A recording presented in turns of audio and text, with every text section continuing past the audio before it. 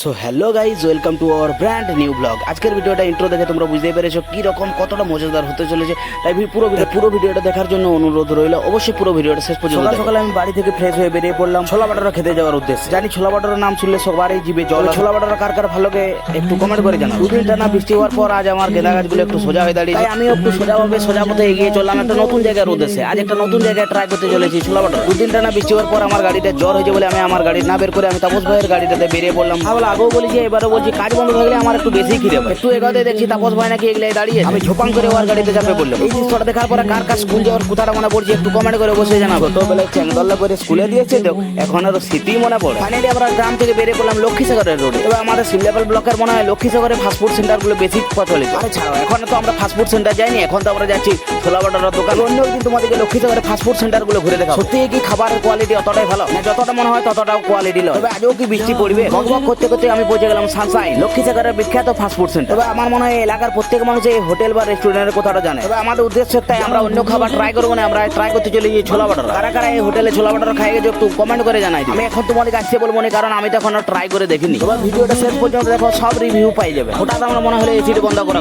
যদি 10 টাকা ছোলা বাটারা খেয়ে এসি এরও বিল ধরে। আমরা দুজন ছিলাম, তাই 2 পিস করে 4 পিস ছোলা বাটার অর্ডার দিয়ে দিই। তবে হোটেলে যেমন হোক, হোটেলের ভিতরটা থেকে মনে হচ্ছে তো ছোলা বাটার কোয়ালিটি অবশ্যই ভালো হবে। তবে হাঁসগুলো অন্ধকারে দেখতে পাইনি বলে হাঁসগুলোর জন্য দুটো লাইট দিয়েছি যাতে ভালো করে চলছে। ছোলা বাটার রাস্তায় দেরিয়ে ছিল বলে আমরা একটু মাছের খেলাগুলোই দেখে নিচ্ছিল। একুয়ারিয়ামটাতে অনেক রকমের মাছ ছিল। আমি তো আরো ভুল করে ওয়েটারকে বলে ফেললাম এই মাছগুলো একটু কাটি ঝোল করে দেবেন, এই ঝোল দিয়ে ভাত খাবো। আমরা এবার বলে দিলাম গরম গরম ছোলা বাটার দিবে, তাই আমাদেরকে একটু বসে থাকতে হচ্ছে। খিদায় তো আমার পেটের ইন্দুরটা কুল কুল করছে। মনে মনে ভাবছি আর কতক্ষণ দেরি হবে। তবে 2 প্লেট আনছে, তবে এটাই মনে হচ্ছে এটাই আমাদের ছোলা বাটার। শুধু ছোলা বাটার নয়, ছোলা বাটার সাথে অনেক কিছু দিয়ে দেখছি। তবে ছোলা বাটার দেখে আমার পেটের অর্ধেক খিদে মরে গেল। অন্য জায়গায় যে ছোলা বাটার, তবে এই ছোলা বাটার দেখে মনে হলো একটু অবশ্যই কোয়ালিটির ভালো। ছোলা বাটার সাইজে অনেক বড় ছিল, ছোলা বাটারটাও অনেক মোটা ছিল। তবে ছোলা বাটারের উপরে যে বাটার দিয়ে থাকে এই প্রথম বুঝলাম। তবে সেন্টটা তো আমার খুব সুন্দরই লাগছিল। ছাড়াও এবার আমার খিদে পাইছে, এবার আমার খেতেই হবে। আমি তো একবার গোটা 10 ফুটের হা করে মুক্ত ভিতরে একটা গোটা ছোলা বাটার গুঁড়ো নিল। তবে এটা চানার ঘুগনি নয়, এটা মটরের ঘুগনি। তবে ছোলা বাটারের সাথে যে মটরের ঘুগনি খারাপ লাগে তাহলে খুব সুন্দরই লাগে। তবে আমার একটু খারাপ লাগছিল, আমার ওই চামচে খাওয়া হবে। তবে এমনি ঘুগনি থাকলে মাংসর দরকার হবে না। তবে আমি খাই বুঝতে পারলাম খাবারের কোয়ালিটি অবশ্যই ভালো।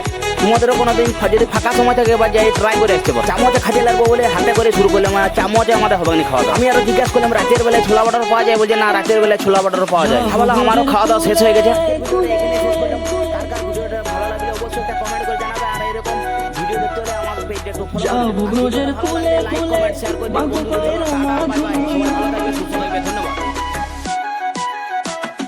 যাবো